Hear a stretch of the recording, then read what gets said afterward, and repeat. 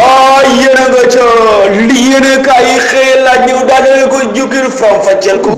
film journal bi tomb ñaari fan ci weeru avril ci atum 2024 cakas ci biir palais moom la yéene kaay daal di xëy ak njiit lu yees ñeel président Bassirou Diomaye Diakhar Faye son excellence ginnaaw bu ñu ko daal di dalal dëmb ca jam ñaajo ci kanam njiitu réew yu bëri fii ci diwaanu Afrique ak seeni ministre moom Bassirou Diomaye Diakhar Faye son excellence waat na si kanamu ñëpp nee na dina yor Sénégal yorin wu rafet jub ak jubal boole réewum Afrique gépp ñu daal de nekk benn ginnaaw loolu moom Mamadou Badio Camara yëkkati na ay kàddu moom jiital waa conseil constitutionnel moom daal nee na ay ca Bassirou Faye président yow la Sénégal daal day fol way ginnaaw bi ko président de la république son excellence Macky Sall ba woon joxe lenge ya cappale moom Bassirou Diomaye Faye son excellence ak Ousmane Sonko ci la ko daal di rek fu la mu nekk premier ministre fu ne démb kay bés la boo xamante ne fii ci diwaanu Sénégal dootuñ ko fàtte ci taarixu politique mukk démb la son excellence Bassirou Diomaye Diakhar Faye daal di waat ci kanamu sénégalais yi ne dina daal di yor Sénégal te rek jubal ak jub démb la fara Ousmane Sonko mu nekk premier ministre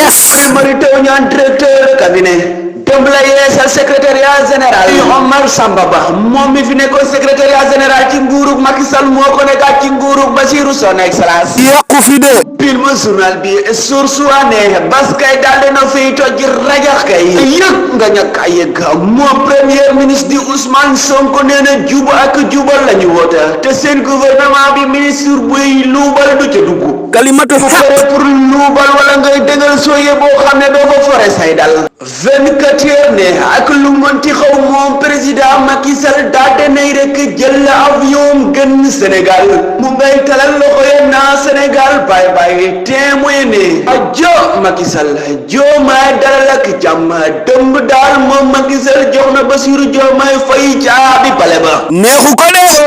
waaw ginnaaw ba mu daal de nekk njiital Sénégal diiru fukki at ak ñaar moom président Macky Sall mu am ko ci njiitul réewum Sénégal démb nee nañ ko agasi agay c'est fini intaha réew mi quotidien ne Sénégal dina noyyi beneen ngelaw ginnaaw njiit lu yees lii di Diomaye Diakhar Faye bi yéene kaay ak li ñu jot a dund ci ak métit ci atum 2021 jàpp 2022 ba 2024 ay bakkan faatu ci ay nit jële ci ay gaañu ñen ci ñàkk seenu liggéey ak seen alal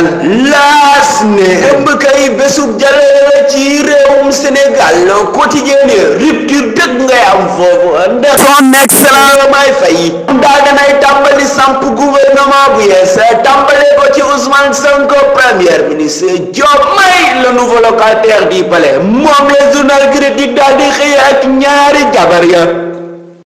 libération ne Ousmane Sonko daal moom premier ministre moom daal nee na du bàyyi benn yoon Diomaye di weet wala sax muy am loo xamante ne dañ koy sikki sàkk seen diggante dina kole si moom def ko mburoog soow ñu daal de ànd defal Sénégal mu neex moom premier ministre nee na wóoru si kenn ku dul ñi nga xam ne seeni loxo dafa set te ko ne ak xale bu góor ba yaatam tollu ci ñetti at moom la ñu fekk mu faatu ci biiru ten foofu ca Yombal si inna lillahi wa inna ilayhi raaji'uun